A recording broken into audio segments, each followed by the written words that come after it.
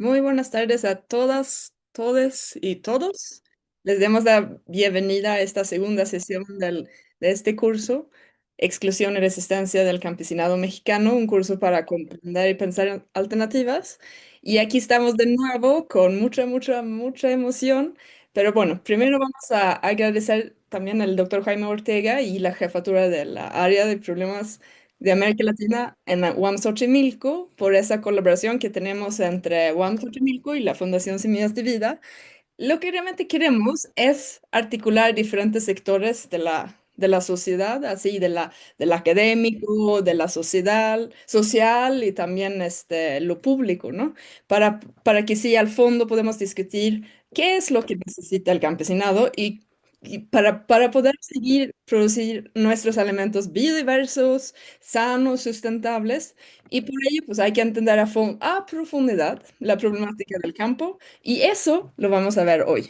Bueno, primero, nada más que nada, lo que estoy compartiendo aquí es un poco de como reglas de convivencia, que mantengamos este micrófono apagado, como hubo un gran interés, sobrepasó nuestras expectativas en todos los sentidos, estamos sumamente contentas y contentos por eso, pero por eso no vamos a poder darles la palabra y que sea una discusión, porque sí va a extenderse mucho la sesión. Entonces, lo que les estamos pidiendo es que escriban sus dudas y comentarios en el chat y lo vamos a retomar al final y también que la doctora va a contestar, ¿no? Entonces, eso y también para el registro de asistencia pueden revisar el chat, va a haber un enlace ahí donde pueden registrar su asistencia y cualquier duda que tengan, lo pueden hacer en el chat o también, sí, tenemos a nuestro correo contacto arroba semillasdevida.org.mx.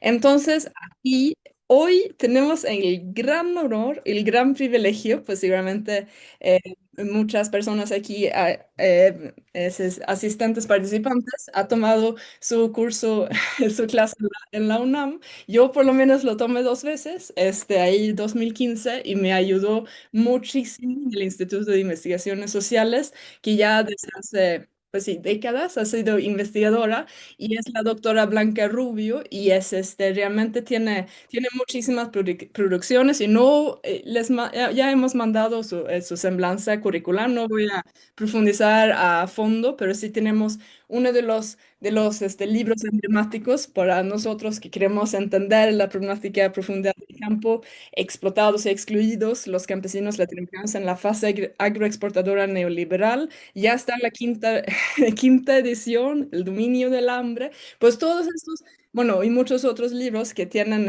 unos marcos teóricos para entender la realidad, que a mí me ayudó muchísimo y también ayuda mucho para poder entender cómo vamos a proponer, ¿no? Entonces, vamos, sin más, le voy a dar la palabra a la doctora Blanca Rubio y le vamos a dar la bienvenida y que vamos a empezar. Voy a dejar de compartir para que pueda compartir su presentación.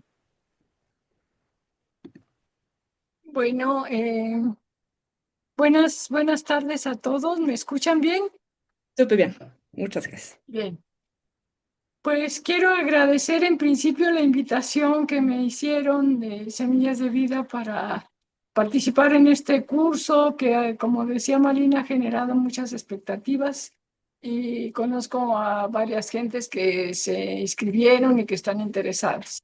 Entonces, bueno, me pidieron que hablara sobre la exclusión y la sobreexplotación de los campesinos en México, entonces, en los distintos regímenes de acumulación que han estado presentes en la etapa reciente.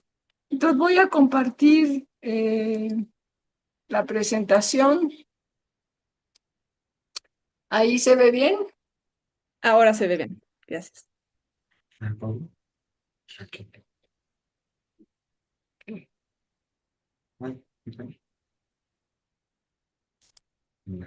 Voy a ver toda la pantalla. Ah, ok. Bueno, Entonces, el objetivo, como ven aquí, pues consiste en analizar la trayectoria de la exclusión de los productores rurales. Esto lo vemos como resultado de las formas de dominio de las agroempresas transnacionales y partimos desde una visión histórica estructural. Entonces, la forma de exposición es la siguiente, es una introducción, luego vamos a ver primero el periodo fundacional del neoliberalismo y la exclusión de los productores rurales de 1982 a 1994, que es, digamos, el primer ciclo de exclusión. La segunda exclusión, que es con el Telecan de 1994 a 2008, luego la exclusión durante la crisis alimentaria de 2008 a 2018, la exclusión con la guerra, con el TEMEC y la guerra de Ucrania en 2022. Para terminar, la situación de los campesinos con los gobiernos de la 4T y conclusiones. Entonces, bueno, lo primero que tenemos que analizar es de dónde viene esta exclusión y consideramos que se encuentran en la forma de funcionamiento estructural del régimen de acumulación neoliberal, porque se le han dado muchas respuestas a por qué son excluidos los campesinos o por qué han sido excluidos los campesinos. Y bueno, se dice, bueno, por las políticas públicas, etcétera, pero esta exclusión es más estructural, forma parte de la manera o de la configuración capitalista del neoliberalismo, está, digamos, en sus raíces. Entonces, esta es una primera causa de la exclusión y la otra es la forma de dominio de Estados Unidos sobre los países dependientes y los mecanismos de subordinación de las empresas agroalimentarias transnacionales. Entonces, este periodo fundacional del neoliberalismo, que aquí lo ponemos de 1982 a 1994, surge, pero vamos a hablar primero de los antecedentes, que es el modelo de sustitución de importaciones que va de 1945 a 1982. Durante este régimen de acumulación, los productores, los campesinos, tenían un rol funcional en la acumulación que era abaratar los bienes básicos, porque de esta manera los empresarios industriales podían tener salarios nominales bajos, pero que al mismo tiempo los obreros tuvieran capacidad de compra de los bienes industriales porque usaban una parte pequeña de su salario para los alimentos, puesto que estos eran baratos. Digamos que el rol funcional de los campesinos en esta etapa era producir alimentos baratos para la industria. Esto implicaba para los campesinos que tenían precios redituables y ellos podían iniciar de nuevo el proceso productivo y de esta manera reproducirse en la explotación. De esta forma, tanto los campesinos como los obreros formaban parte de la reproducción del capital. ¿Por qué digo los obreros? Bueno, los obreros eran explotados para extraerle la plusvalía, pero además eran los consumidores de los bienes industriales.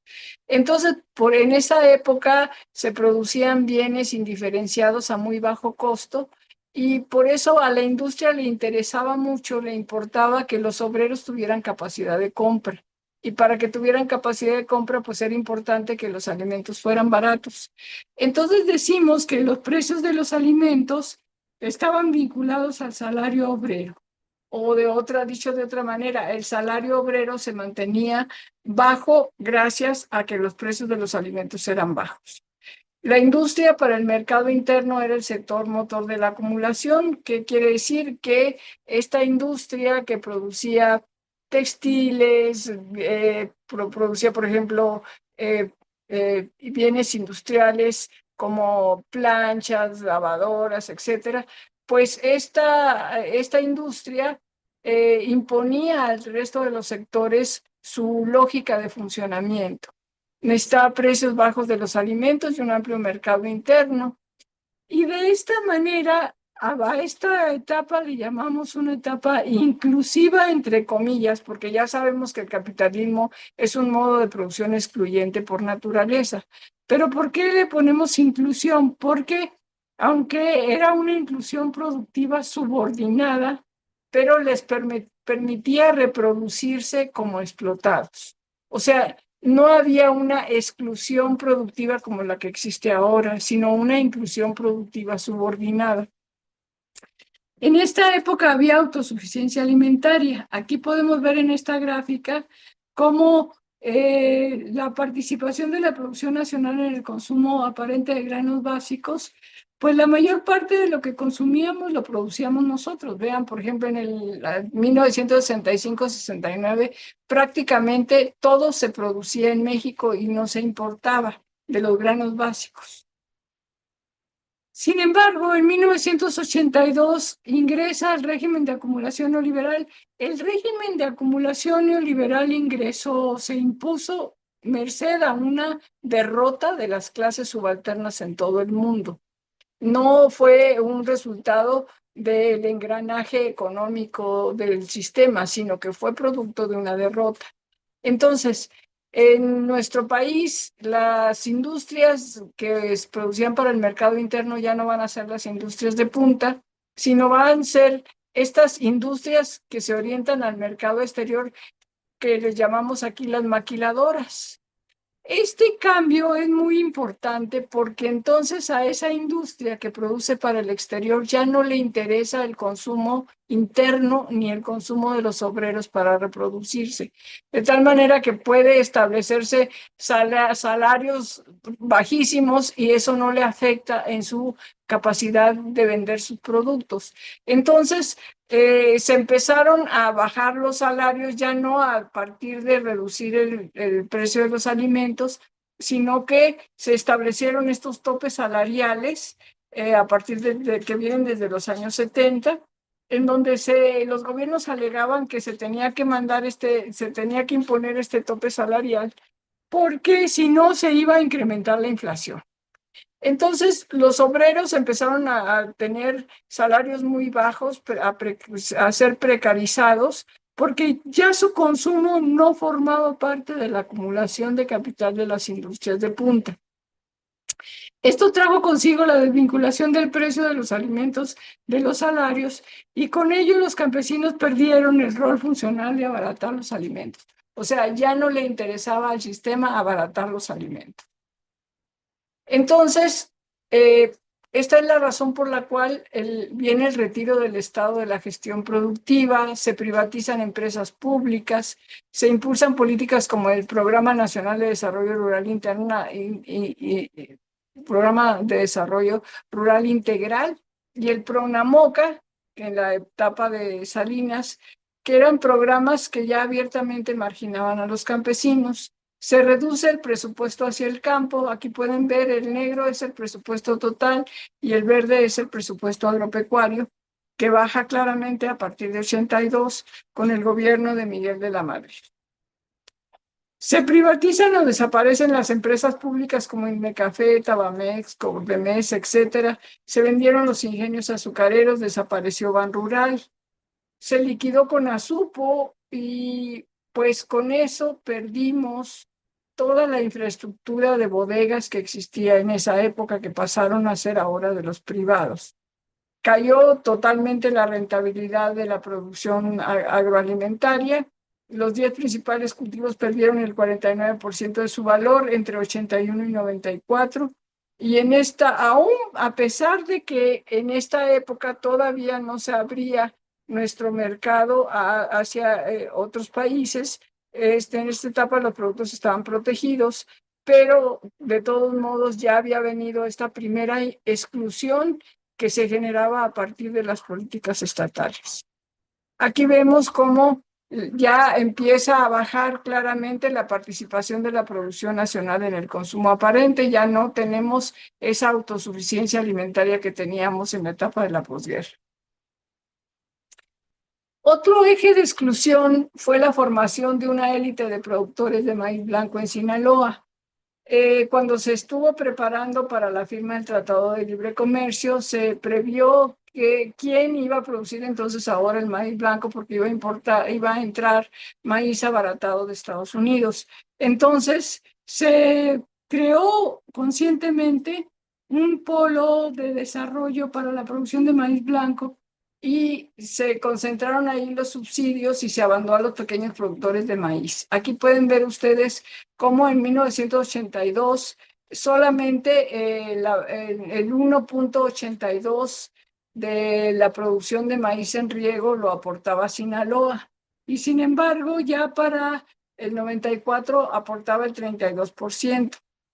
Entonces se decidió, para preparar el Telecán, crear una élite de productores de maíz blanco en Sinaloa, y era la base para abandonar al campo mexicano, abandonar a los pequeños productores de maíz.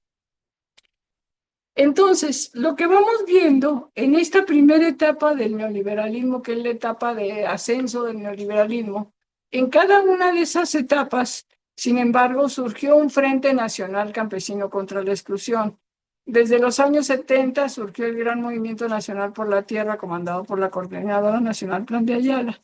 Y ya en los años 80, cuando viene el ascenso del neoliberalismo, surge el movimiento comandado por la Unión Nacional de Organizaciones Regionales Campesinas Autónomas, la UNORCA, que luchaba por el aumento de los precios de garantía y que de otra manera dicho, luchaba por la integración de los campesinos al proceso de desarrollo del país. La segunda exclusión ya viene claramente con el Telecán en 1994. En ese año se liberaron los aranceles a la entrada de productos norteamericanos. ¿Qué quiere decir esto? Que los impuestos que nuestro país cobraba anteriormente para un exportador de maíz de parte de Estados Unidos, pues se quitaron. O sea que podía entrar libremente ese maíz sin que tuviera que pagar ningún impuesto. En el primer periodo de 1994 a 2003, se liberó primero el sorgo, centeno, frutas secas, etc. O sea, aparentemente eran productos que no eran tan importantes. Aquí vemos, sin embargo, cómo a partir de 94 empieza las importaciones de maíz, trigo y arroz se incrementan fuertemente. Uno dice, bueno, pero ¿por qué se incrementan las importaciones de maíz si no se había liberado todavía ni el maíz, ni el trigo, ni el arroz? Porque se pusieron cuotas de importación que de todos modos no se respetaban. Entonces, a pesar de que todavía no se habían liberado, desde allí empezó a aumentar la importación de estos cultivos. También se impulsó el Procampo. Aquí es cuando surgió, que ligó los precios nacionales a los internacionales. Estos precios internacionales están dominados por Estados Unidos y se encuentran por debajo del costo, son precios muy bajos. Aquí vemos cómo a partir del 94 pues empiezan a caer los precios del arroz, del maíz y del trigo. Se tomó como un costo necesario la desestructuración de las unidades campesinas ante la competencia abierta de Estados Unidos en la producción de granos básicos, y se les asignó el rol de indigentes, orientando hacia ellos apoyos asistencialistas. Aquí fue cuando empezaron a surgir los programas estos como Progreso, Oportunidades, Pronasol, etcétera, que daban dinero a los campesinos que no tenían que ver directamente con la producción. Esto sí debe quedar muy claro. Antes de estos años, nunca se le dio dinero a nadie que no fuera un crédito para sembrar. También se apoyó a las corporaciones, lo cual generó la oligopolización, pues 20 empresas controlan la agricultura en general y 4 la transformación y comercialización del maíz. Esto generó la desvalorización de los productos y trajo la ruina productiva, pues 2,8 millones de campesinos fueron expulsados del campo y la intensidad migratoria aumentó en 36% de los municipios.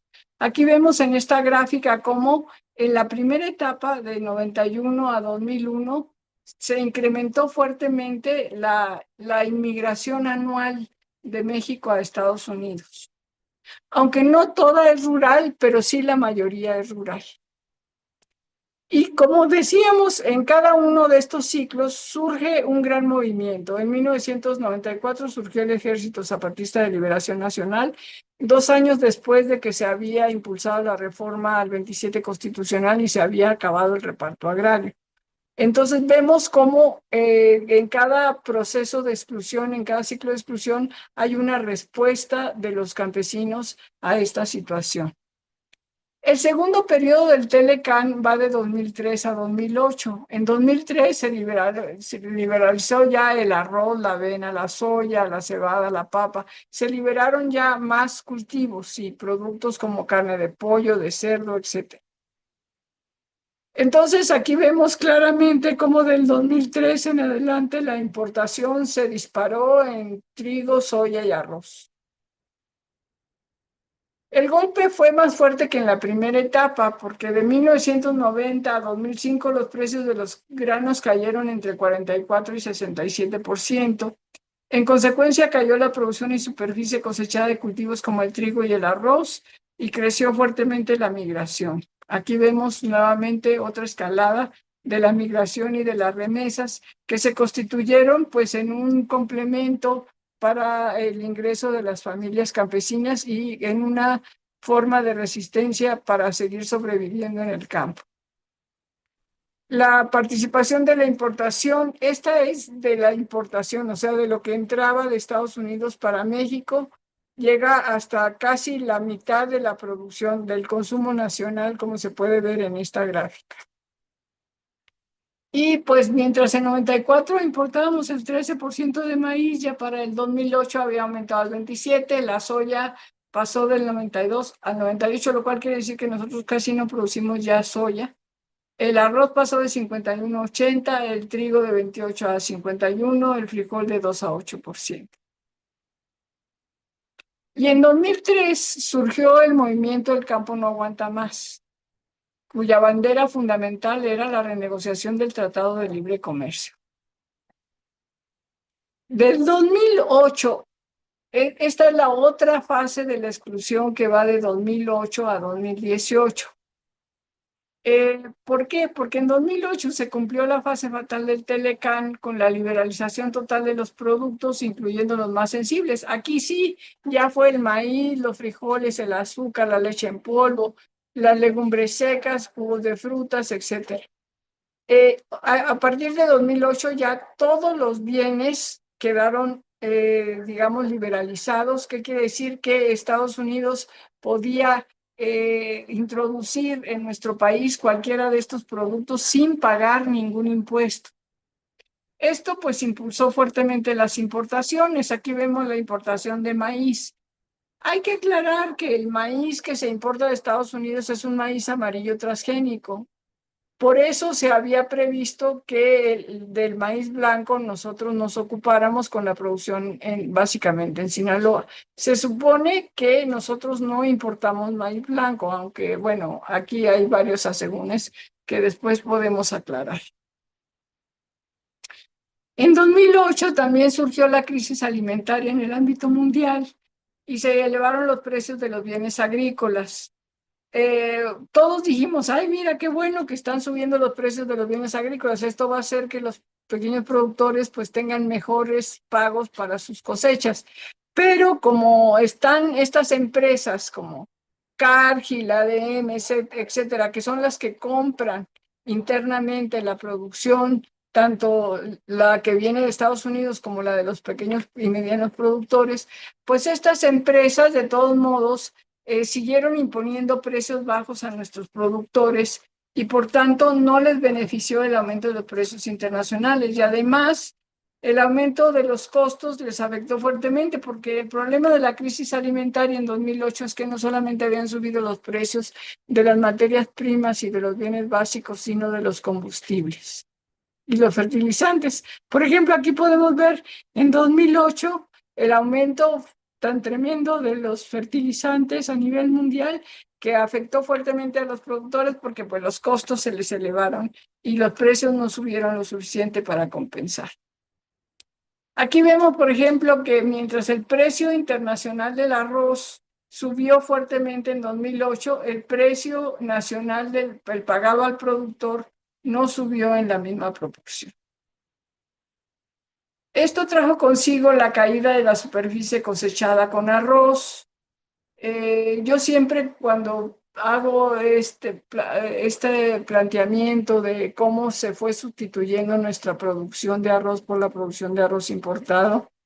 Les comento, por ejemplo, cuando uno va al súper a comprar arroz y todo está en español, Valle Verde, arroz, tal, pero hay que voltear la bolsa y ver por atrás a ver qué dice. Y entonces va a decir importado por tal empresa, porque ya producimos muy poco arroz.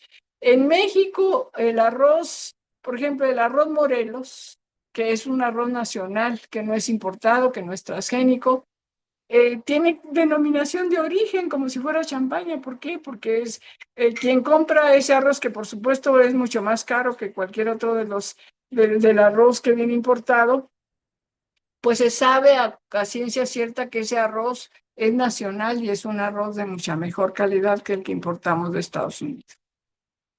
La superficie cosechada con trigo también cayó.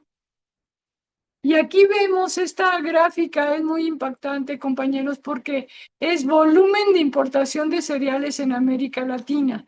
Y pueden ver que el campeón de la importación y de la dependencia alimentaria, pues es México. Brasil en una época era el país que más importaba granos básicos, pero ha bajado mucho su dependencia y este país impulsó fuertemente la producción nacional y es un gran exportador de maíz para agrocombustible. Pero en cambio México, vean ustedes cómo mientras en el año de 1990 esta rayita azul estaba bastante baja, se fue incrementando la importación de cereales en México y somos el país que más importa cereales. Cuando nosotros fuimos un país exportador de maíz y trigo en los años 60. Bueno, y en 2008 surgió la campaña Sin Maíz No Hay País. Como decimos, cada vez que viene un ciclo donde se recrudece la exclusión, surge un gran movimiento. Bueno, cuando se firmó el TEMEC en 2018, ustedes saben que, si recordarán, este se negoció en el gobierno de Peña Nieto y a López Obrador ya simplemente le tocó la firma. Pero con el TEMEC quedan sin arancel, igual que con el Telecán, todas las importaciones de alimentos. En el capítulo 3 establece que los países no pueden impulsar políticas de apoyo doméstico que distorsionen el comercio. O sea, mientras Estados Unidos pone subsidios a sus productos, en el TEMEC nos prohíben que pongamos subsidios a los productos porque distorsionan el comercio. México renuncia a la aplicación de salvaguardas especiales, se permite la liberación del mercado de la biotecnología. Entonces, el TEMEC vino a ser más lesivo que el Telecán. Nosotros nunca nos hubiéramos imaginado que el Telecán tan lesivo que era para nosotros, que fuera Estados Unidos quien propusiera que se quitara, porque ya ven que en esa época Trump decía que se quitara el Telecán, que Estados Unidos fuera el país que planteara la renegociación, pero esta renegociación no nos sirvió en lo más mínimo en el ámbito de lo rural. En México se consideró un éxito el TEMEC porque López Obrador temía que Estados Unidos quisiera meterse con el petróleo. Y como no tocó ese tema, no se logró salvar el petróleo de que entrara al TEMEC y tal, entonces se consideró un éxito, pero para la agricultura pues fue verdaderamente un desastre. Bueno, la cuarta vuelta de tuerca es de la exclusión, pues es la inflación alimentaria de la guerra. Lo que nosotros estamos observando en esta etapa del 2000 al 2025, que es una etapa neoliberal, pero también es una etapa de transición de un régimen de acumulación a otro y es una etapa de transición de la potencia hegemónica hacia otra potencia y vivimos, como saben ustedes, un caos sistémico. Esta etapa de los 2000 para acá se caracteriza por una gran volatilidad de los precios, al aumento continuo de los precios tanto de los combustibles, del petróleo, como de los alimentos y las materias primas. Entonces, con la guerra de Ucrania, se inició un proceso inflacionario mundial que empezó en 2020 como resultado de la recuperación de la pandemia y del atascamiento de las cadenas productivas. más bien del fin del atascamiento de las cadenas productivas.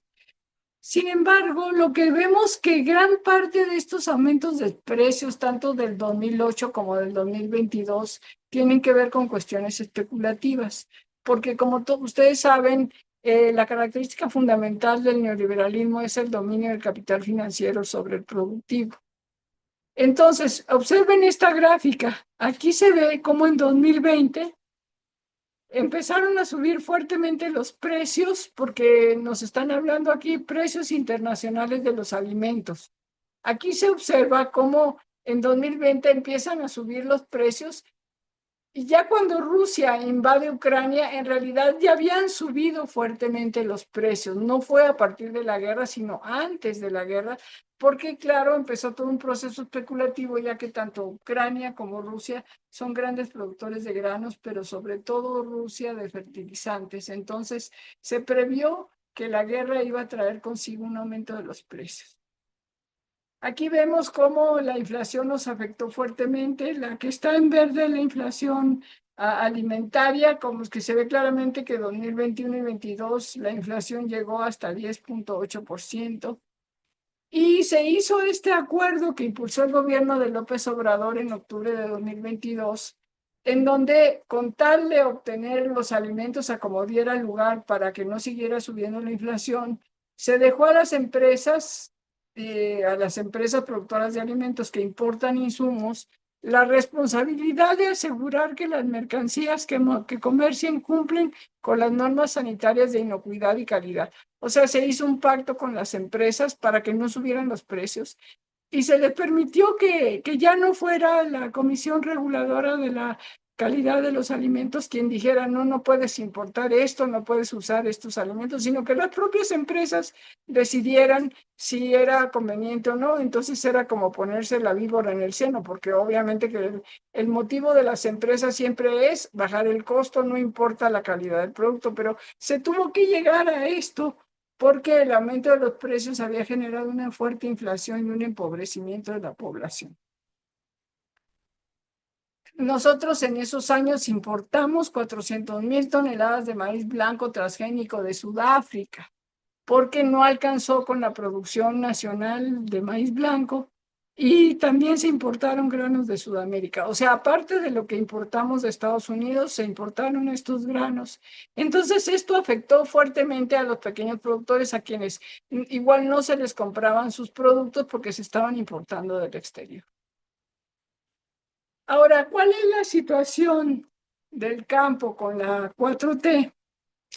El campo tuvo un papel prioritario con López Obrador. Si ustedes leen el Plan Nacional de Desarrollo de López Obrador, fue el único sector productivo que aparece. No aparece la industria, fíjense, sí aparece el sector de energéticos, pero en términos de sectores productivos solamente el campo. Se pretendía impulsar a los pequeños productores con subsidios, fertilizantes y precios de garantía, y se priorizó a los pequeños productores sobre los grandes. Sus programas productivos, que bueno, ya ahorita ya los conocemos todos: programa Producción para el Bienestar, el programa de apoyo a cafetaleros, el programa de precios de garantía, crédito ganadero a la palabra, distribución de fertilizantes y la creación de Segalmex, que iba a sustituir o que sustituyó a Conasupo o a Cerca. Entre los programas sociales, pues aquí tenemos los programas sociales y cuánto se les da. Hasta la línea azul clarito es la de 2025.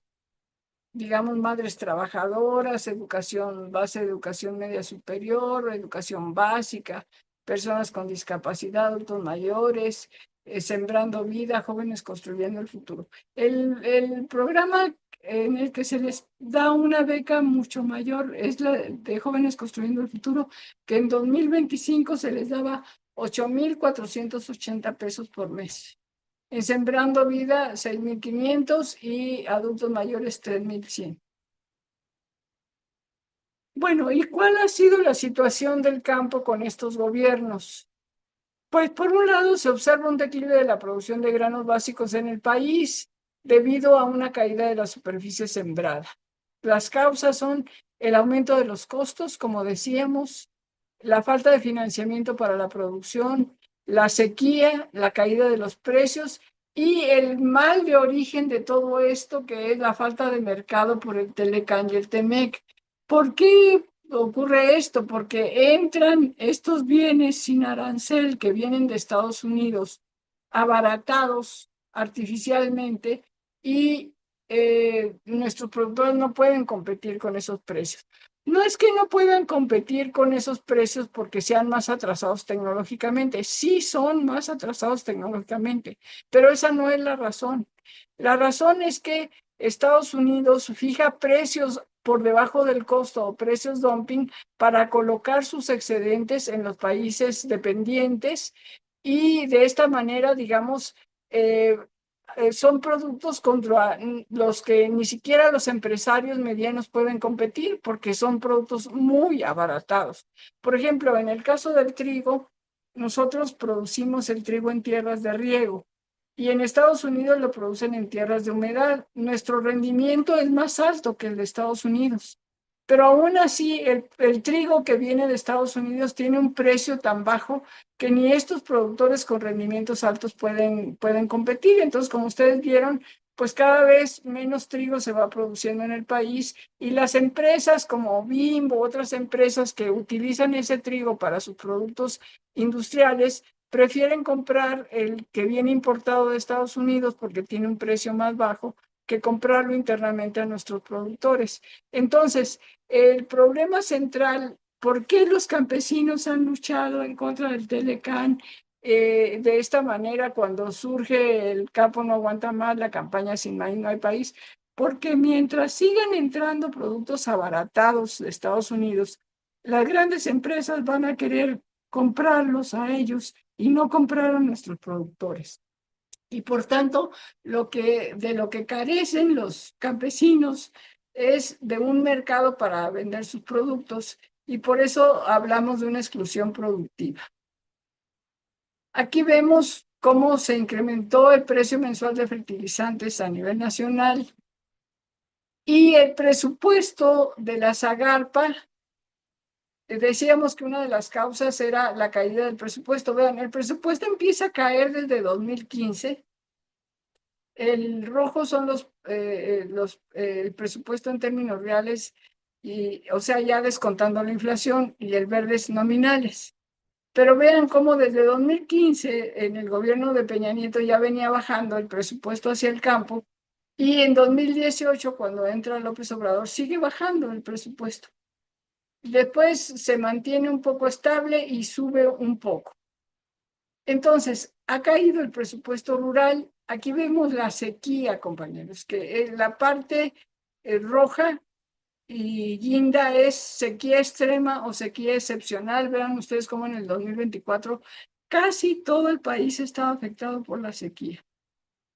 Luego, los precios pagados al productor, pues también en los términos reales se ve cómo ha caído este precio o se ha mantenido muy bajo hasta los últimos años. También el maíz, el anterior era arroz, maíz, frijol, precios reales que van cayendo. Entonces, pues estos factores trajeron consigo una caída de la producción. Vean ustedes cómo desde 2000, aquí es el gobierno de López Obrador, ya había caído la producción, sigue cayendo en 2019 y acá cae en 2022 y vuelve a caer fuertemente en 2024. Vemos la importación de granos, cómo se incrementa fuertemente también. Entonces se redujo el indicador de autosuficiencia alimentaria en un menos 14.7%, de 56% que era en 2023 a 42% en 2025. Y México se convirtió en el principal país importador de maíz en el mundo. Nosotros somos centro de origen del maíz, entonces es muy grave que seamos el país que más importa maíz. Es un maíz amarillo transgénico que se usa para la industria y para alimentar a los animales. Supuestamente así está dividido. El maíz transgénico amarillo que entra de Estados Unidos no es para el consumo de la población, para eso está el maíz blanco. pero se hizo una investigación que se investigó en las tortillas si tenían secuencias transgénicas o glifosato y se encontró que sí. Quiere decir que las empresas productoras de tortillas o de harina para tortillas están usando maíz transgénico amarillo que supuestamente no debe usarse para eso. ¿Por qué razón lo usan? Pues porque es más barato, porque como decimos, entra el maíz abaratado de Estados Unidos. Otra cuestión que este gobierno logró fue reducir la pobreza. Eh, bueno, me faltó decir en la parte de los programas, tanto productivos como sociales, que siguen predominando básicamente los programas sociales sobre los productivos. Acá vemos por qué cayó la pobreza, pues el gasto social del gobierno, que como vimos fue muy importante, las remesas, porque Estados Unidos tuvo una etapa de recuperación a partir del 2014, que cayeron los precios del petróleo, y eso trajo consigo que se aumentara el empleo y por tanto se incrementaron las remesas y también el aumento del salario. Vean ustedes, aquí tenemos este aumento de las remesas claramente a partir de febrero de 2019. Tenemos este aumento del salario mínimo también a partir de 2019 y esto trajo que cayera la pobreza de 55.7 millones de personas, cayó a 46.8 y aunque en la de pobreza extrema no se logra esto porque como pueden ver era en los años de 2016 y 18 era más baja que lo que es en 2022.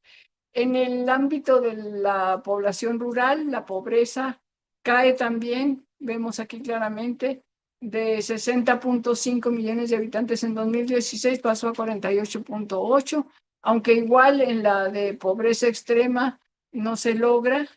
Y bueno, que observamos pues que en los gobiernos progresistas como los de la 4T se dan estos claroscuros, o sea, se tienen avances y alcances importantes, como es en el caso de la pobreza, aunque no se ha logrado reducir la dependencia alimentaria.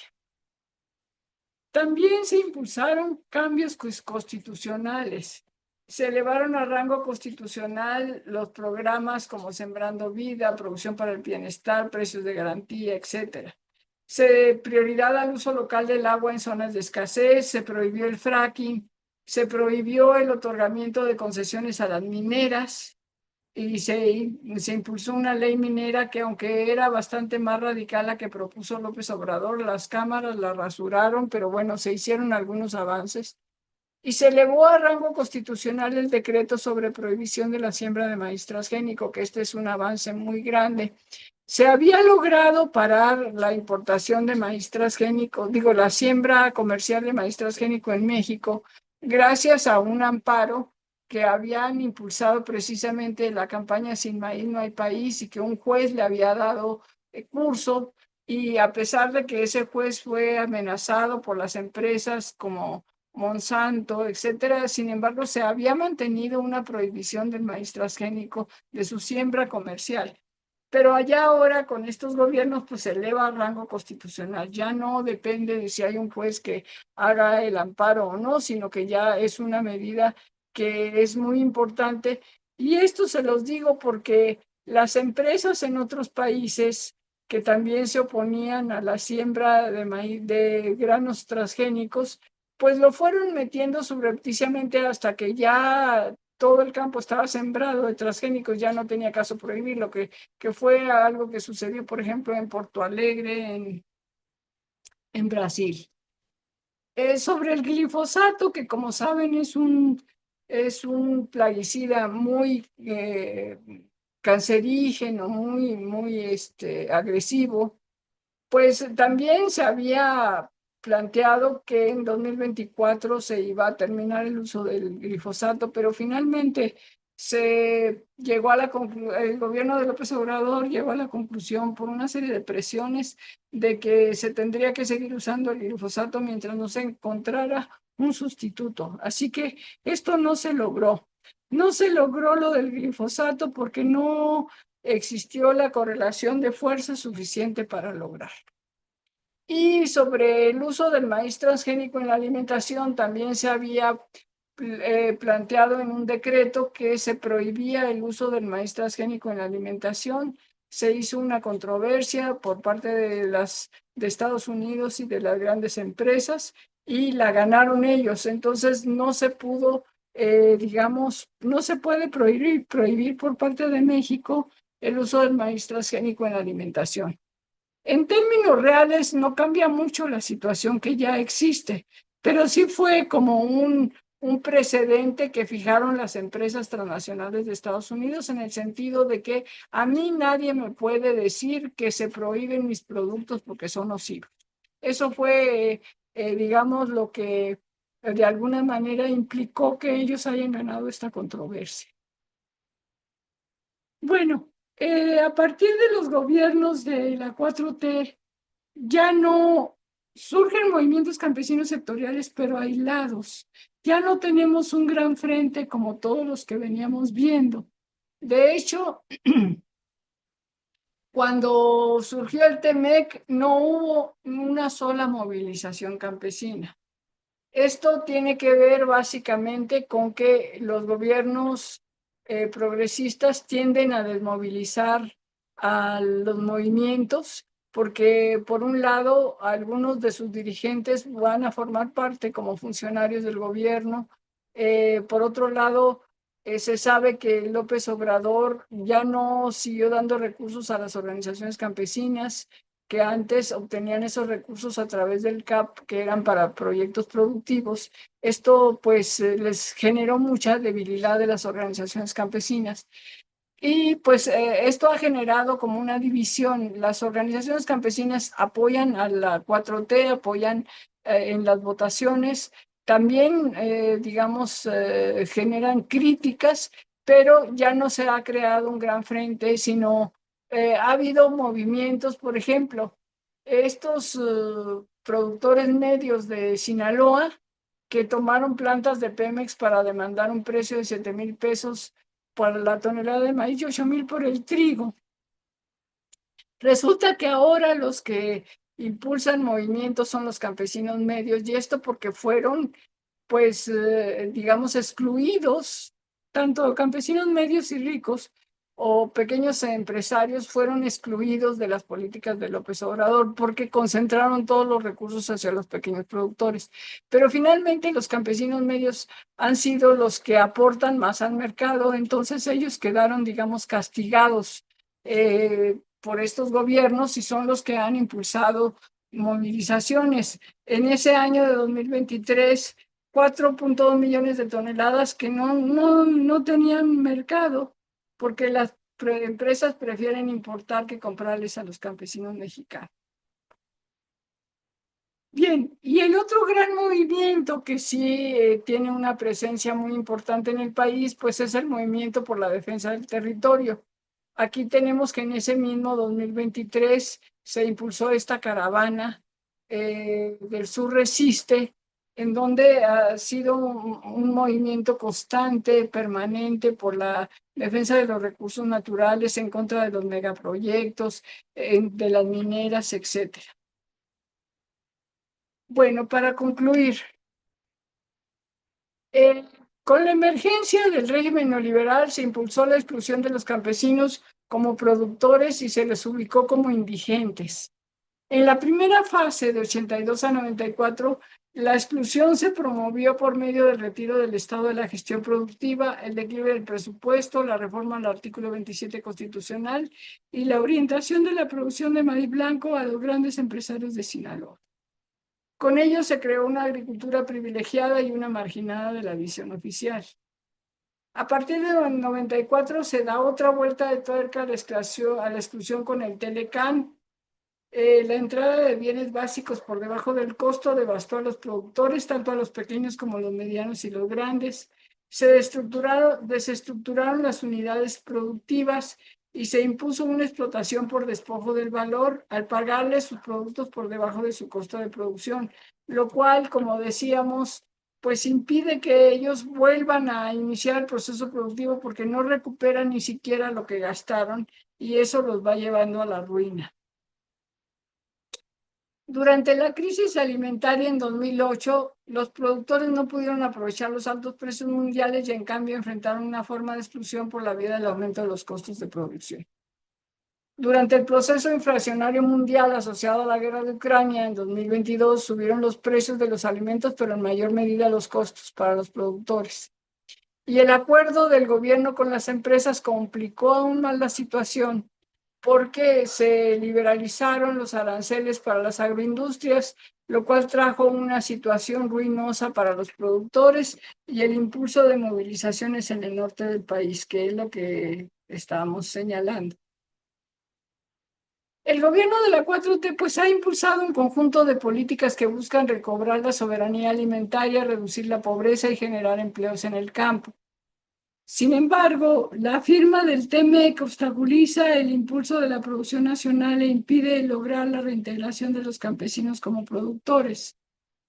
Aunque se han impulsado programas productivos, tienen pocos recursos. Por ejemplo, si tú eres un campesino que que está en Sembrando Vida, te van a dar 6,500 pesos al mes, pero solamente cubre 400,000 productores de 4 millones que hay en el campo, entonces es muy reducido. También el programa de precios de garantía cubre a una población muy pequeña, por eso vemos que los precios medios rurales han bajado, aunque a los campesinos que digamos, benefician los precios de garantía, pues sí son precios más altos que los precios medios rurales, pero tienen muchas dificultades, cubren a una población muy pequeña, pero además, por cuestiones operativas, a veces no abre el programa y ya está la cosecha y entonces los campesinos acaban vendiéndoselo a los coyotes. Además, el gobierno no tiene la infraestructura necesaria para copiar esas cosechas porque como yo les decía, todas las bodegas que tenía Conasupo las vendieron a la empresa privada. El gobierno no tiene bodegas para copiar la producción, digamos, de los pequeños productores. Entonces, pues vemos cómo los recursos con la austeridad republicana de los gobiernos, tanto de López Obrador como de Claudia Sheinbaum, que han tenido, pues pocas fuentes de dónde allegarse recursos, pues ha traído consigo que no se impulse un gran presupuesto para el campo. Vimos cómo cae el presupuesto y por tanto, pues no se ha podido impulsar la producción. Siguen siendo más importantes los programas sociales y la exclusión productiva del campesino no se ha superado. Finalmente, pues decimos, a pesar de la exclusión productiva, los campesinos siguen allí, en una lucha por la supervivencia, en la que tiene gran importancia el papel de las organizaciones campesinas, que son las que han logrado de alguna manera que los campesinos puedan sobrevivir, pero pues esto es a costa, digamos, de una situación muy terrible, porque además de todos los problemas que aquí hemos planteado, pues ha venido también una exclusión muy fuerte a partir de el ascenso del narcotráfico en el campo, de la violencia, etcétera. Entonces, digamos que pues los campesinos han sido muy resilientes, han logrado resistir a partir de una serie de mecanismos como son las remesas, como son rentar las tierras, como es estos programas sociales, como es la misma migración, etcétera, pero lo que no han logrado es recuperar la inclusión productiva que tuvieron en la etapa de la posguerra, o sea, es formar parte del sistema de producción, obtener ingresos dignos por su trabajo y entonces lo que nosotros observamos en la transición es una lucha permanente de los campesinos por su sobrevivencia, por permanecer, por estar ahí, y que su herramienta fundamental ha sido pues la organización y la lucha. Muchas gracias. Muchísimas gracias, doctora. Eso es justo lo que necesitamos, un marco crítico y que va al fondo del problema. Tenemos ahora un buen de preguntas, muchísimos comentarios, el interés está súper grande y aquí hay aplausos, corazoncitos, celebraciones. Es como siempre se acaba la exposición y es como que un anticlimax porque no se escucha el aplauso, pero ahí está el aplauso. Entonces vamos a hacer una primera ronda de preguntas.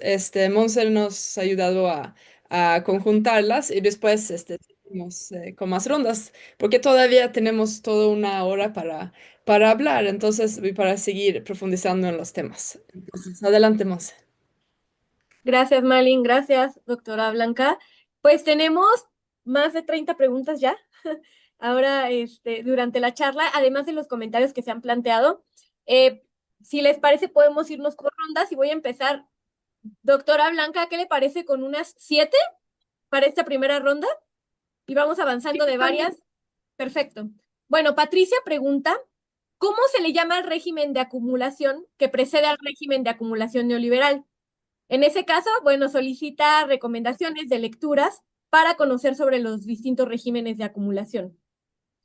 Erika Jiménez plantea que en 2008 la crisis alimentaria mundial había planteaba que había muchos endeudamientos y los campesinos eran afectados por ello. Ella pregunta si en México también pasó. Atena dice, ¿la compra de las semillas y granos a granel es una opción viable para el apoyo del campesinado? Gisela Guerrero Guzmán pregunta si en México fue arrebatado de la posesión de sus semillas del mismo modo que Colombia en 1970. Profesor Andrés Fierro pregunta, ¿cómo explicas que Brasil es el principal productor de soya transgénica y maíz transgénico después de Estados Unidos, pero es autosuficiente y su economía ha mejorado? Y una última de esta ronda, de Manuel Alexander. ¿Qué acciones considera relevantes para el aumento de producción del campo?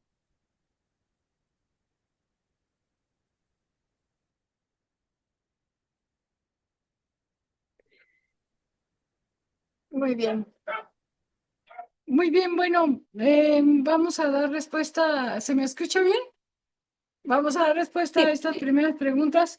El régimen de acumulación que precede al neoliberal es el régimen de acumulación que se conoció como sustitución de importaciones, que va de 1940 a 1980.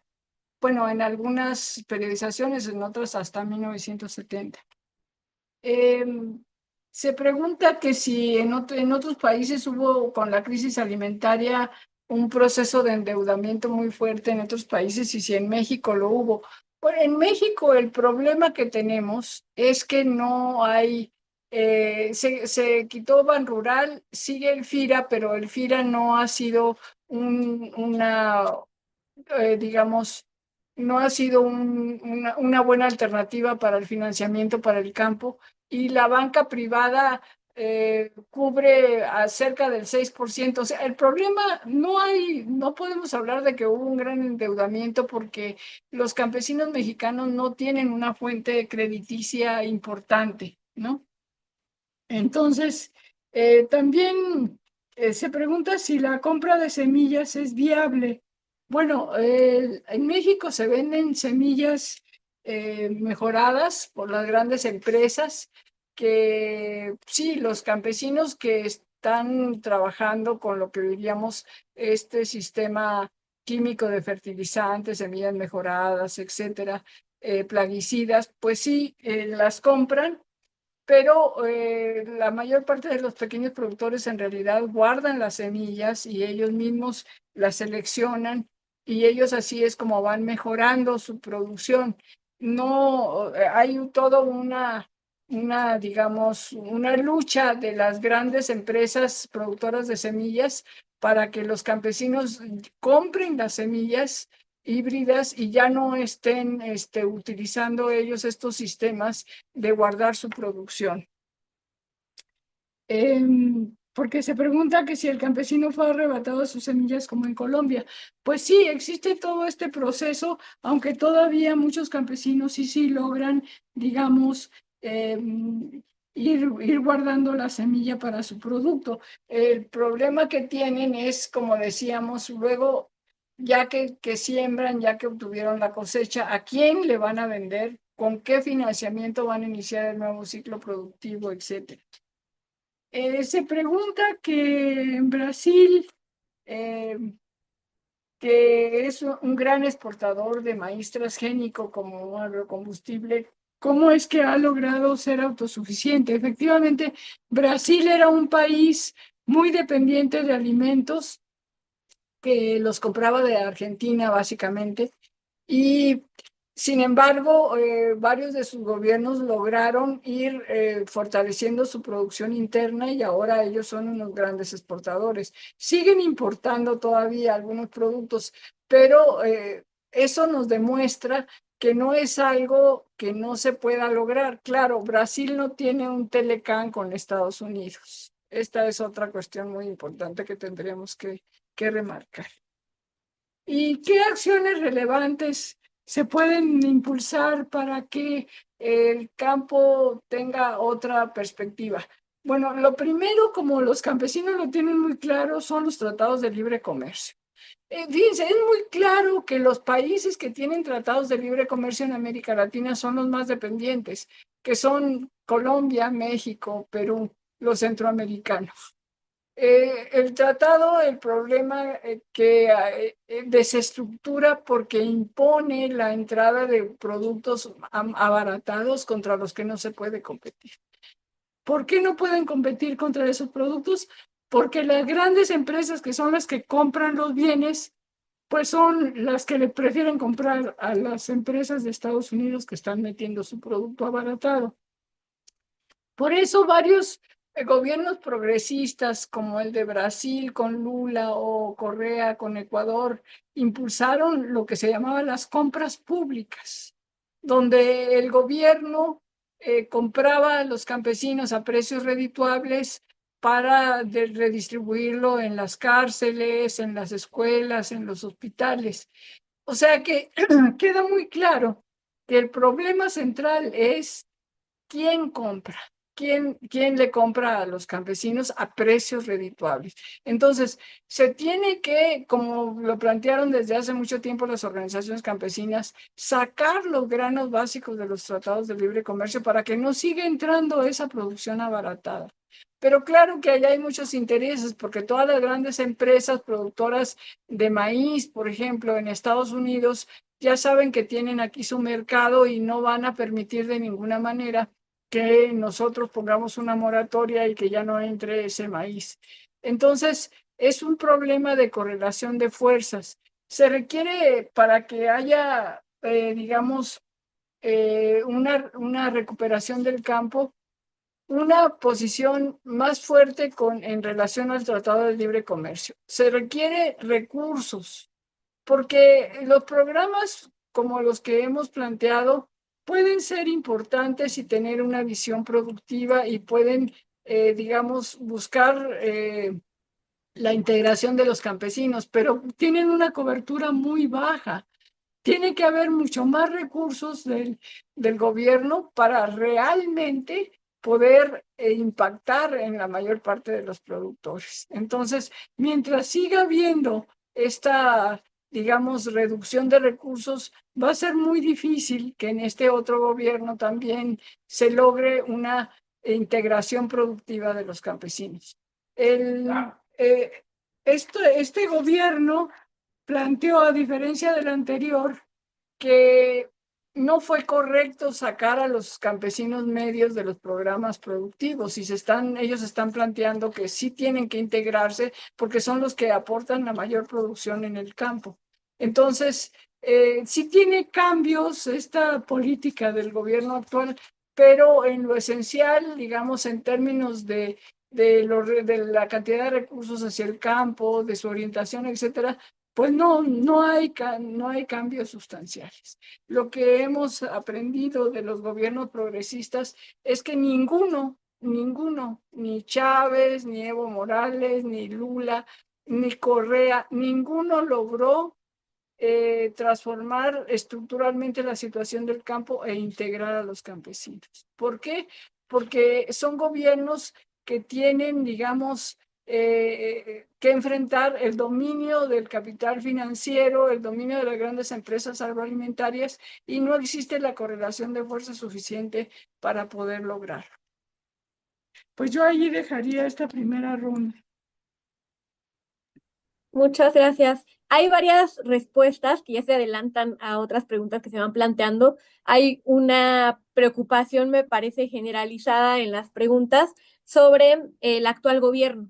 Y que, bueno, voy a dejar no las generales porque ya ha adelantado alguna respuesta en ese sentido, pero sí las específicas que tienen que ver o con programas o con instancias del gobierno que participan de la política. Pero bueno, más adelante las vamos planteando. Siguiendo con el orden de las preguntas, Martín Velázquez plantea que hoy en día no se ven programas productivos claros para apoyar la producción de granos básicos. Desde su punto de vista, ¿qué necesitamos en programas productivos frente al caos de mercados internacionales y los precios dumping de los granos? Albino Cruz Morales pregunta, ¿cómo podemos fortalecer los programas orientados al campo, como Cosechando Soberanía, que antes era Producción para el Bienestar, el cual aún pues apenas tiene poco alcance, ¿no? Al estar solo en una subsecretaría y ahora como un programa, también solo aparte. Claudia Gaona Ramos pregunta, ¿cómo se puede promover e impulsar que los jóvenes se acerquen a las actividades del campo para incrementar la superficie sembrada? En el Estado de México dice, hay tierras ociosas. Alma Ivón, ¿qué mecanismos legales y de cooperación público-privadas se necesitan para establecer una regulación consensuada entre pequeños productores agrícolas y el gobierno, que garantice precios justos, que eviten la especulación en los mercados, como el mercado del aguacate? Y una última de esta ronda, María Cristina pregunta qué opina sobre la Ley General de Alimentación Adecuada y Sostenible, que recientemente, hace ya un año, se publicó. Dice específicamente en el apartado de compras públicas, que algo mencionaba también en su exposición. Dice que van a incorporar al menos un 15% de compras gubernamentales de alimentos e insumos primarios directamente de productores de pequeña y mediana escala en los sectores agrícola, pecuario, forestal, acuícola y pesquero. Bueno,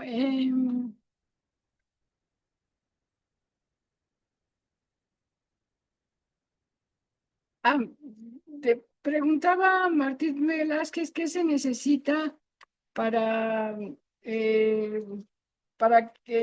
digamos, enfrentar esta cuestión de los precios dumping, ¿no? Que vienen de Estados Unidos. Pues como yo decía, el problema central es, no es que nosotros, como yo explicaba al principio, no es que nosotros seamos atrasados técnicamente y por eso esos precios son más bajos, son precios políticos fijados por los gobiernos de Estados Unidos para poder, digamos, colocar sus excedentes, y porque el sector de los farmers en Estados Unidos es muy importante políticamente. Ellos tienen una sobreproducción permanente. Y entonces su problema es dónde lo coloco y cómo lo coloco. Entonces lo voy a colocar a precios más bajos. Y entonces nosotros no podemos competir con eso. ¿Cómo se puede lograr esta cuestión? Pues fíjense que si no se puede, digamos, ponerle un arancel para que ya no entre tan abaratado ese producto, o hacer una controversia legal en el TEMEC diciendo tú me estás mandando productos dumping subsidiados, productos subsidiados que yo no puedo subsidiar, pues la otra es controlar a las empresas que los compran. Entonces, a ver, tu empresa que vas a comprar ese producto para producir alimento balanceado para tus animales y que lo vas a vender, pues te exijo una cuota en donde tú tienes que comprar primero sorgo nacional y si ya una vez que hayas comprado ese sorgo nacional, te doy permiso de que compres el sorgo importado. Pero para eso se necesita una correlación de fuerzas muy, muy alta. Hay que tener poder. ¿Saben? El único gobierno que logró controlar a las transnacionales fue Chávez. Chávez tenía mucho poder en ese momento y cuando corrió a Cargill de Venezuela, porque estaba especulando con los granos. Entonces tenía el poder de controlar a las empresas. También a Cementos de México le impuso una serie de reglamentaciones y tal, porque tenía ese poder, pero pues es muy complicado que estos gobiernos logren tener tanta fuerza. Pero, por ejemplo, ¿qué dijeron las organizaciones campesinas sobre esta cuestión? En el proyecto que le presentaron a Claudia Sheinbaum, para que le dijeron, bueno, nosotros te presentamos este proyecto y vamos a conseguir votos, pero nosotros hacemos esta propuesta. Ellos dijeron que se nombre una comisión de académicos, productores, funcionarios públicos para que analice este problema de la importación de productos a precios dumping y que haga una propuesta para que podamos superarla. Entonces, eso no se ha retomado hasta donde yo sé por el gobierno de Claudia, pero que las organizaciones no quitan el dedo del renglón. Ellos están diciendo, este es un problema central y tenemos que ver la manera de sacarle la vuelta. Si no se puede poner un arancel, ¿qué se puede hacer para que se compre internamente? Esto lo ligo con la Ley General de Alimentación. Las compras públicas pues son precisamente, como decíamos, una alternativa.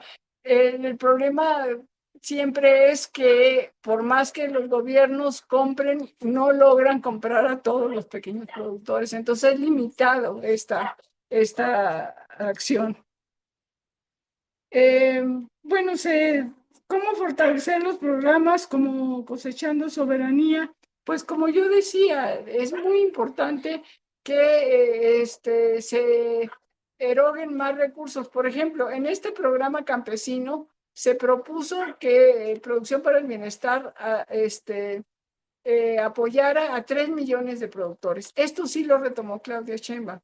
En su programa de 100 puntos dice que Producción para el Bienestar, que le sigue llamando de esta manera, aumentará su cobertura a 3 millones en el 2030, hasta el 2030. Esta demanda campesina sí la retomó Claudia Sheinbaum, pero lo que se requiere con estos programas pues es fortalecerlos, son recursos que tengan una cobertura más amplia. Por ejemplo, fíjense, Sembrando Vida les da 6,000 pesos mensuales a los campesinos. Y el programa cafetalero les da 6,000 pesos en un ciclo, en todo el ciclo para un cafetalero.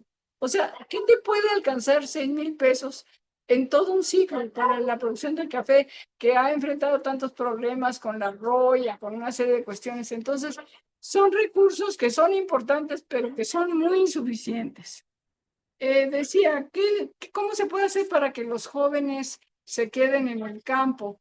Pues esto justamente es lo que pretendía Sembrando Vida, con los jóvenes construyendo el futuro, con los técnicos que se han, digamos, incorporado a los programas más amplios, pero pues los jóvenes se van porque sembrar no deja. Ellos mismos les dicen a su papá, papá, ya no inviertas lo que mandan mis hermanos de Estados Unidos en la parcela, porque todo va perdido, porque mientras siga siendo poco rentable la producción, pues los jóvenes van a buscar otras alternativas. Y lo que el gobierno de López Obrador intentó a toda costa fue que tuvieran un ingreso para que no fueran cooptados por el narcotráfico. Pero como decimos, pues sí, es muy, muy importante esto, pero tiene coberturas muy bajas. Y sí, hay tierras ociosas no solamente en este estado, sino en otros, porque no es redituable la producción, porque se requiere mercado, todo se requiere financiamiento, etcétera.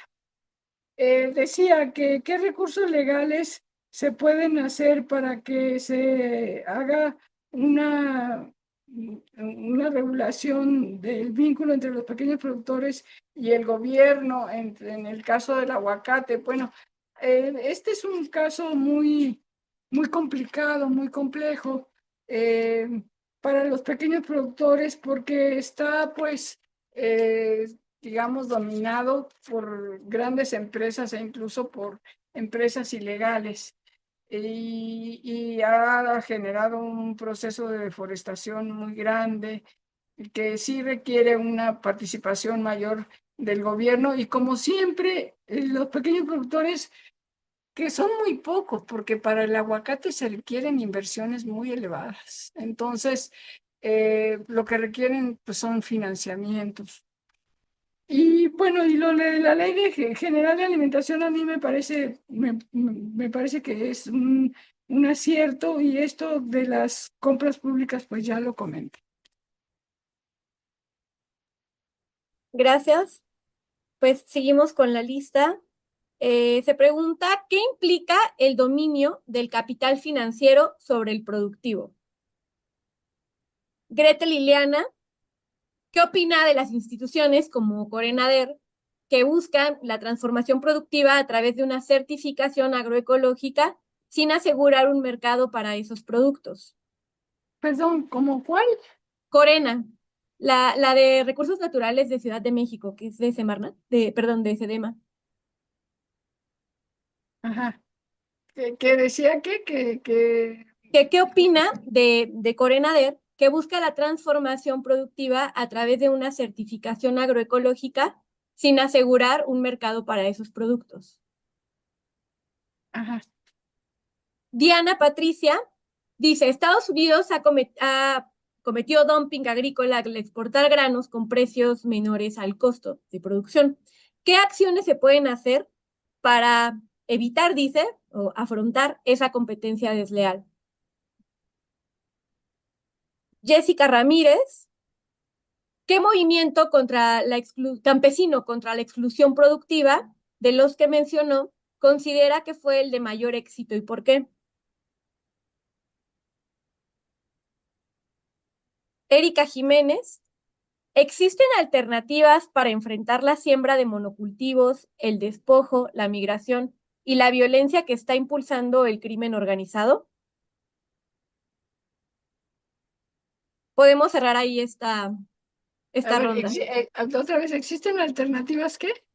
Para enfrentar la siembra de monocultivos, el Ajá, despojo, la migración y la violencia que genera el crimen organizado. ajá. Bueno, ustedes me preguntan como si yo fuera el Homo sapiens, como decía, como decía Eduardo Galeano. Bueno, me parece muy interesante la pregunta de en qué consiste el dominio del capital financiero sobre el productivo, ¿no? En cada régimen de acumulación hay un capital que es el de punta que impone sus intereses al resto de los sectores. En el modelo de sucesión de importaciones era el capital industrial. Cuando el capital industrial es el que es el capital hegemónico, se da un círculo, digamos que es lo contrario, es que se me fue la palabra, lo contrario del círculo perverso, es un círculo virtuoso. Ese es un círculo virtuoso porque cuando el capital industrial es el que comanda, pues genera empleo, hace mercado, vuelve a emplear a más obreros y así va ampliando la escala de la producción, va generando mercado, etcétera, ¿no? Entonces genera un ciclo capitalista más incluyente. Pero cuando el que domina es un capital parasitario, ya sea en la época del siglo XIX, que los terratenientes eran los que se quedaban con la renta, ese era un sector parasitario, o el capital financiero, que es un sector parasitario. El capital financiero domina al capital productivo ¿Por qué? Porque no hay un mercado que el capital productivo logre crear para colocar sus productos. ¿Por qué? Porque se ha estrechado fuertemente el mercado por la pobreza, por la desigualdad que trae consigo el neoliberalismo. Entonces, esa tara del neoliberalismo, que es que el capital industrial no logra colocar sus mercancías, hace que se vaya a la especulación, que en vez de seguir invirtiendo productivamente, su dinero mejor se va a la especulación y así se va desindustrializando, se van desindustrializando los países y el que va ganando es el capital financiero imponiendo deudas, imponiendo tasas de interés muy elevados y de esta manera el capital financiero chupa el valor de lo productivo, es un capital parasitario, chupa el valor de lo productivo y quiere generar dinero con dinero, pero como eso no se puede hacer, acaba cayendo en crisis permanentes. Entonces, estamos en una etapa donde un capital parasitario es el que domina y por eso es tan excluyente el neoliberalismo, ¿no? Entonces, ese dominio del capital financiero sobre el productivo no se quita cuando llegan los gobiernos progresistas. Sigue imponiendo su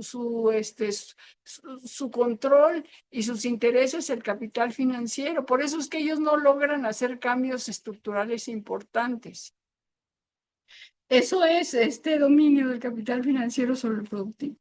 Entonces, la otra cuestión de que se impulsa la agroecología sin asegurar el mercado, ese es un problema que me parece efectivamente, qué bueno que lo menciona, que se tiene también en Sembrando Vida. En Sembrando Vida se está impulsando la producción en algunas partes agroecológica, pero no se tiene contemplado cómo se va a vender esa producción. Y como yo les acabo de resaltar y de machacar y machacar, hay un problema central de mercado. ¿A quién le voy a vender? ¿Cómo lo voy a vender? Entonces, eso es algo que no se puede dejar ese cabo suelto. La otra pregunta de si Estados Unidos, el dumping y qué acciones, pues eso ya lo comentamos. La pregunta que dice, ¿cuál movimiento campesino fue el de mayor éxito y por qué? Me parece muy interesante esta pregunta porque justamente yo acabo de leer un libro de Víctor Quintana que es sobre el movimiento campesino de Chihuahua, sobre el Frente Democrático Campesino de Chihuahua, donde él se hace justamente esa pregunta, se pregunta, el Frente Democrático Campesino logró cambiar la estructura agrícola nacional, logró cambiar las políticas y pues responde que no. Uno observa cómo el campo no aguanta más, la campaña Sin Maíz No Hay País, como todos estos movimientos que tienen una etapa de ascenso y luego declinan, pues logran obtener algunas demandas, ¿no? Pero la situación estructural y las políticas se mantienen igual. Entonces, cuando se pregunta cuál de estos tuvo mayor éxito, todos han sido exitosos. Por ejemplo, el Barzón logró que se condonaran las deudas, que se pudiera, digamos, hacer una negociación masiva con los bancos, cosa que los bancos se negaban rotundamente. El campo no aguanta más, logró que se hiciera el Acuerdo Nacional para el Campo con una inversión que fue importante, etc. La campaña Sin Maíz No Hay País logra la cuestión de los transgénicos, etc. Pero, digamos, se implica la necesidad de mucha fuerza de los campesinos, mucha unidad para lograr estas demandas y no, con esto no se cambian ni las políticas en su conjunto ni la estructura, porque como decimos, es muy difícil, la correlación de fuerzas no es suficiente. Sin embargo, yo creo que sí es muy importante plantear que las organizaciones campesinas lo que han logrado es que los campesinos sobrevivan, es que se mantengan, es que permanezcan, es que tengan una visión de futuro, es que se aglutinen, es que puedan juntar sus fuerzas. O sea, a mí me parece que sin las organizaciones, pues ahí sí la exclusión hubiera sido completamente total, ¿no? Y pues cuando dice alternativas para los monocultivos, despojo de la violencia, del narco, etcétera, pues como decimos, las alternativas tienen que ver, digamos, con que, por un lado, los gobiernos, es que se tiene que conjuntar las acciones del gobierno con las de las organizaciones, con los de la sociedad civil. Se requiere una mayor participación del gobierno, de los gobiernos para impulsar el campo, pero no es suficiente. Vemos, por ejemplo, que no hay la correlación de fuerzas suficiente como para parar al crimen organizado. Y han tenido que ser los propios campesinos con las policías comunitarias los que se han tenido que defender porque ven que no hay de otra. Entonces, se tienen que conjuntar estas fuerzas. ¿Cómo? ¿Cuáles son las alternativas? Me parece que los campesinos tienen muy claro esto en términos de que no, son los más resilientes y saben que no pueden dejar, que no pueden esperar que el gobierno venga y les resuelva todo, sino que han construido una serie de organizaciones, de redes, de engranajes que son los que les permiten sobrevivir. Muy bien, gracias. Bueno, pues hay otras preguntas que vamos a ir dejando de lado porque se han ido contestando sobre Sembrando Vida en términos generales, sobre algunas políticas públicas que ya se han comentado. Pero Marisol Colorado pone sobre la mesa, junto con Adriana Lozano, el cooperativismo.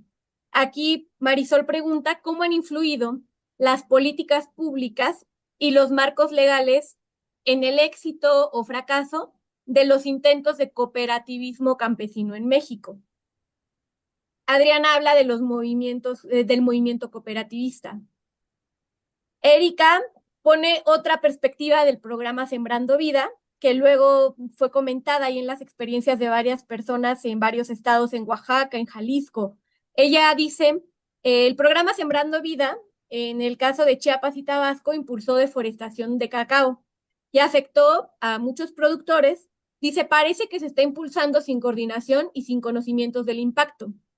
La pregunta es si conoce de la existencia de procesos de evaluación de las políticas públicas para que esto no se reproduzca. Entre los comentarios como contexto, ¿no?, que se mencionaron es que en Oaxaca han visto monocultivo de agave para la satisfacción de la demanda del mezcal. En Jalisco está asociado a las tequileras, al crimen organizado, el aguacate, el agave, el limón. Y bueno, ahí hay, digamos, un intercambio, ¿no?, de las experiencias de cada quien con el programa. Por otro lado, Erika León pregunta de qué otra manera se pueden elevar los precios y con ello los ingresos de los productores. Profesor Andrés Fierro pregunta, ¿por qué afirmas que el glifosato causa cáncer? Ya EPA no lo ubica así, y el DL50 del ácido acetilsalicílico, aspirina, es el 2.500 miligramos por kilogramo de peso vivo, y del glifosato de 5.000 miligramos kilogramo de peso vivo, y se cataloga como ligeramente tóxico. Y bueno, cerramos esta ronda con la pregunta de Francisca Martínez. Pregunta sobre alternativas que se podrían proponer para lograr la autosuficiencia alimentaria para pequeños y medianos productores, dado que en la actualidad hay empresas que rentan su tierra y en el caso de la venta de productos hay muchos intermediarios que pagan muy poco por ello, aunado al cambio climático que ha afectado notablemente los rendimientos.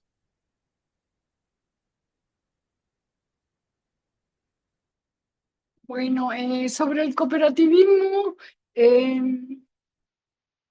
una alternativa que es muy, digamos, es muy interesante y es muy importante, aunque es muy complicada, porque no existe una tradición de trabajo colectivo. Entonces, ha habido muchos intentos de cooperativismo, en general poco apoyados por los gobiernos, más bien son las mismas organizaciones ejidales o comunales las que las han impulsado. por ejemplo, en este libro de Víctor Quintana, él plantea que la cooperativa ahí en Chihuahua la impulsaron las mujeres, que las mujeres son muy importantes en estos procesos y pues que a la larga estos trabajos colectivos acaban también pues como vacunando a los campesinos cuando fracasan, cuando tienen problemas, etcétera. Entonces, el trabajo colectivo es muy complicado, aunque es una alternativa muy importante porque permite realmente a los productores, digamos, superar los problemas de financiamiento, los problemas de comercialización y sin necesidad de los gobiernos. Lo que pasa es que es muy complicado y requiere de esfuerzos muy importantes de los dirigentes. Lo que decía de Sembrando Vida, efectivamente, al principio se deforestó mucho porque se cometió el error de pedir que fuera la tierra que estuviera limpia. Y en Tabasco y en Chiapas hubo mucha deforestación. Luego ya quitaron eso, ya eso quedó atrás. Eh, y si pregunta de la evaluación, el Coneval estuvo haciendo evaluación de programas, pero ya ven que van a desaparecer al Coneval. Eso es un error craso de estos gobiernos. Entonces, Sembrando Vida en sí mismo no se hace una evaluación, en sí misma no tiene un mecanismo de evaluación. Entonces, es muy complicado que se puedan, digamos, superar las problemáticas que van surgiendo. Cuando pregunta cómo hacer para elevar los precios, pues esta alternativa de los precios de garantía del gobierno es una buena alternativa, pero se requiere, como yo decía, de muchos recursos y sobre todo volver a construir la infraestructura de bodegas que existió en nuestro país. Entonces, sí se puede hacer, pero se requiere de recursos, de amplios recursos del gobierno para impulsar precios elevados que al mismo tiempo no afecten, digamos, que no impacten la inflación. ¿Que por qué digo que el glifosato causa cáncer? Bueno, hay muchos estudios que lo demuestran. En muchos países está prohibido precisamente por eso. Entonces, pues desafortunadamente no se ha podido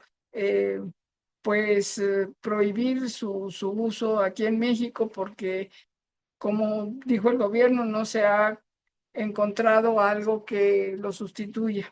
Y sobre las alternativas, pues esto es lo que ya hemos estado planteando. Entonces, yo lo dejaría ahí.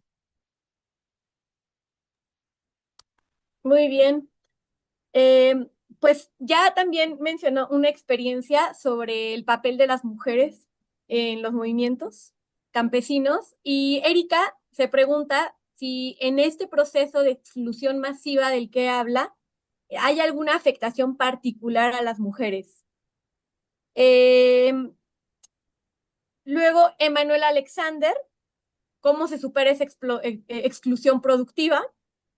Saraí Salazar habla de que ha habido una inversión en tecnificación agrícola en 17 distritos de riesgo y que se ha anunciado como una prioridad del gobierno de México con el fin de producir más alimentos con menor cantidad de agua. Y pregunta si considera que ello podría favorecer la autosuficiencia alimentaria o más bien se encamina a fortalecer productos de exportación. Darío Campos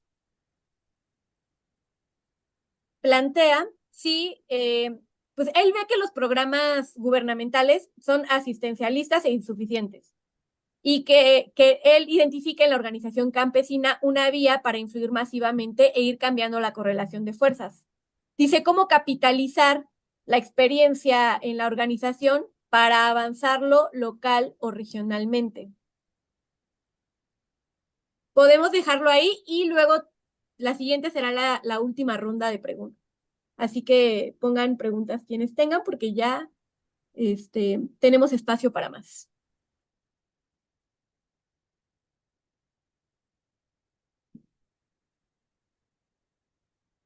Sí, se preguntaba sobre si las mujeres cómo han sido afectadas en esta situación. Pues podemos decir que han sido las más afectadas, porque las mujeres pues en primer lugar, aun cuando sí estaban incluidos productivamente, ellas tenían muchas tareas, ya sabemos la triple tarea, etcétera. Pero con la exclusión, pues las mujeres son las que primero dan de comer a los hijos y al marido y ellas comen al final. Entonces, además, con la migración se han tenido que quedar ellas como jefas de familia, atendiendo no solamente la producción, sino a los hijos y viendo a ver cómo sobreviven. Entonces, las mujeres y los niños son los que han sido más afectados en este proceso. Decía, ¿cómo se supera la exclusión? Pues ya hemos planteado algunas alternativas. Dice la tecnificación en distritos de riego. Sí, este gobierno, bueno, los distritos de riego han sido muy abandonados, se han sido acaparada el agua y esto ha traído consigo también una caída de la producción y una dificultad para los pequeños productores, aún los que tienen riego, que uno diría son los privilegiados los que tienen riego, pero aún así como ha habido toda esta problemática con el agua, no ha sido suficiente para ellos. Entonces, este gobierno se está proponiendo impulsar la cuestión de los distritos de riego. Miren, como pasó esto de la sequía, que yo les pasé este mapa con la sequía tan dura en 2024.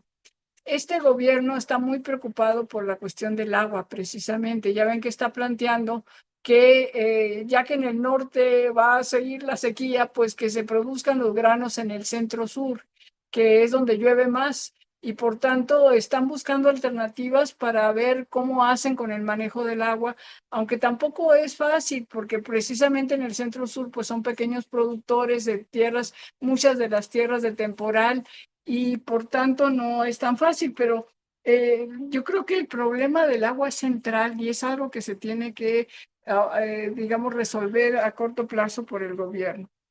Y cuando dice los programas asistencialistas no resuelven la cuestión, la organización campesina, ¿cómo capitalizar la experiencia de las organizaciones? Yo creo que esta pregunta también es muy importante porque precisamente en este texto que les recomiendo ampliamente de Víctor Quintana sobre Chihuahua, él justamente se preguntan también en esta cuestión cómo toda esta experiencia de las organizaciones, a veces ellos mismos, las organizaciones, no hacen procesos evaluatorios ni reflexión sobre su trayectoria y por tanto es difícil que ellos puedan decir, aquí nos equivocamos, aquí avanzamos. Yo me acuerdo cuando íbamos a la Coordinadora Nacional Plan de Ayala, de la lucha por la tierra en los años 70, los encuentros que había, y nosotros nos imaginábamos que en estos encuentros las organizaciones iban a hablar de la táctica y de la estrategia. Y no, por supuesto que no. Los encuentros eran un memorial de agravios. Se subían una comunidad a narrar cómo les habían quemado sus parcelas, cómo, digo, sus cosechas, cómo tal y cual.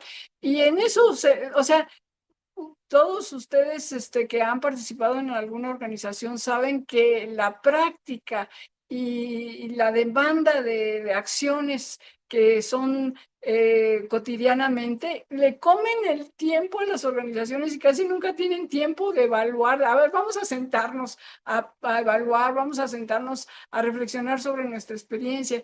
Yo creo que por eso estos trabajos de investigación son muy importantes, como este de Víctor Quintana, donde quizás las organizaciones no tengan el tiempo de hacer una reflexión sobre su acontecer y sobre su trayectoria, pero las investigaciones que se pueden hacer desde la academia, desde las ONGs, como para evaluar y ver, es muy importante para regresar este conocimiento de su experiencia, su trabajo, su trayectoria.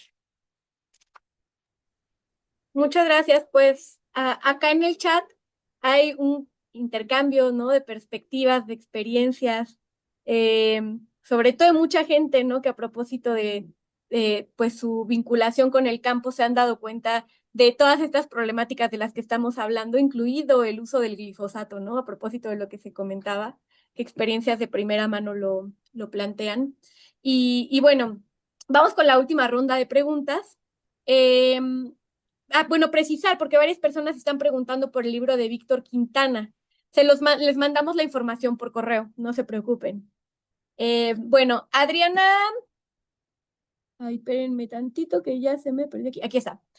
Pregunta María Cristina García, también en el marco de la Ley General de Alimentación Adecuada y Sostenible, habla de la prohibición de la comida chatarra en todos los niveles educativos.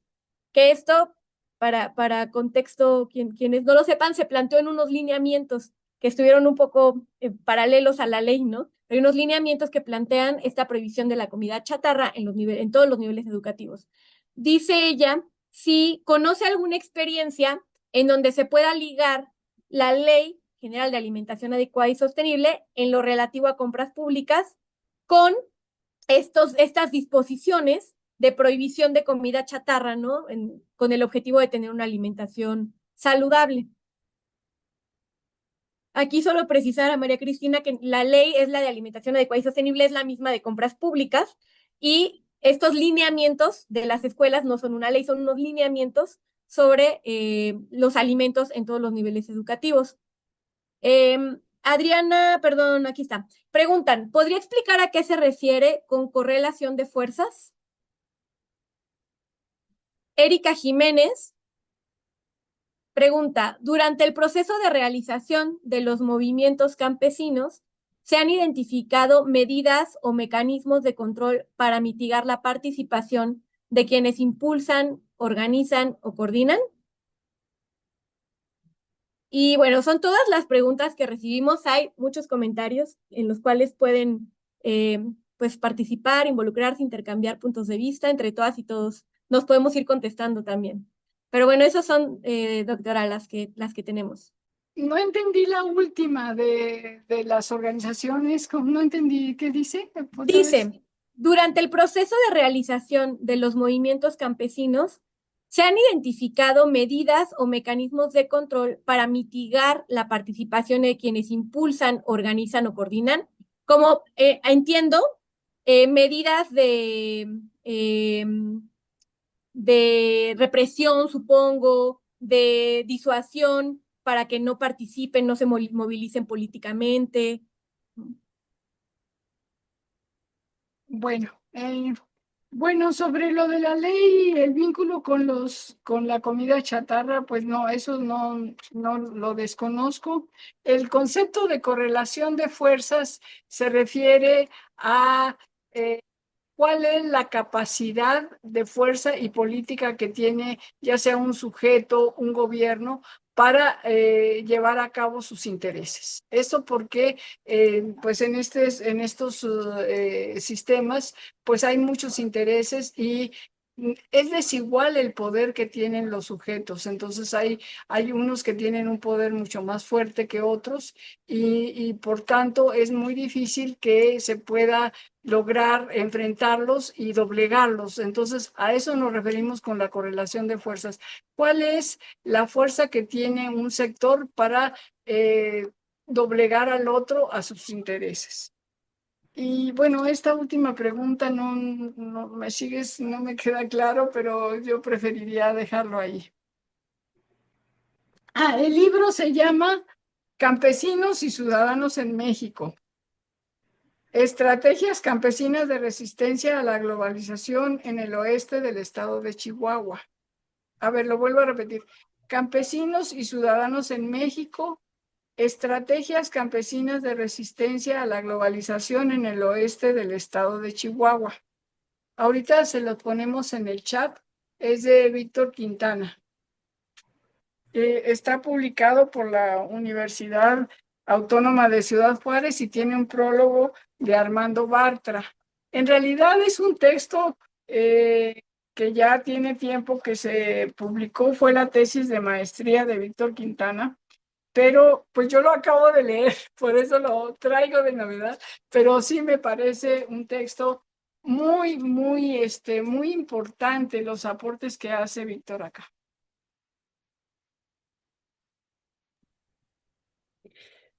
Pues muchísimas gracias, doctora. Es como, uy, hacía un poco, a ver, ahí está. Sí, es como se antoja que nos dan todas las respuestas, ¿verdad? Porque es como hay tantos problemas al fondo pero lo importante aquí también es como, es realmente, bueno, y nos dieron muchas respuestas y es realmente, yo siento que es como que las soluciones que necesitamos al fondo y eso es lo que no se ha logrado y eso es lo que necesitamos seguir pidiendo, insistiendo y que seguir, bueno, digo como participante de la campaña Sin Maíz no hay país, ahí vamos a seguir insistiéndolo y sí, aunque puede ser que parezca que nuestro auge ahora es la reforma constitucional, que prohíbe la siembra de maíz genéticamente modificado, ojalá que sea, que vamos más allá, más allá en el futuro con nuevas, demandas más al fondo. Pero sí, me parece sumamente interesante y le agradecemos muchísimo por su tiempo y por contestar todas las dudas que tenemos. Y siento que es como, porque una de las cosas también con el curso que vamos a hacer este ensayo, va a ser cortito, 2 o 3 páginas, pero aquí también podemos retomar muchísimas de las propuestas que nos ha dado. Y además es como, porque se necesita entender por qué sigue habiendo, pues no hay producción suficiente del maíz, está disminuyendo la producción del maíz, y es justo porque no ha habido estos cambios estructurales más al fondo, pero que también nos está dando, pues, una esperanza. Que pues hasta el momento que haya el campesinado, que haya organizaciones campesinas, sigue habiendo esperanza y sigue habiendo nuevas propuestas y seguimos ganando terreno, se puede decir, ¿no? Con estas propuestas que se está haciendo.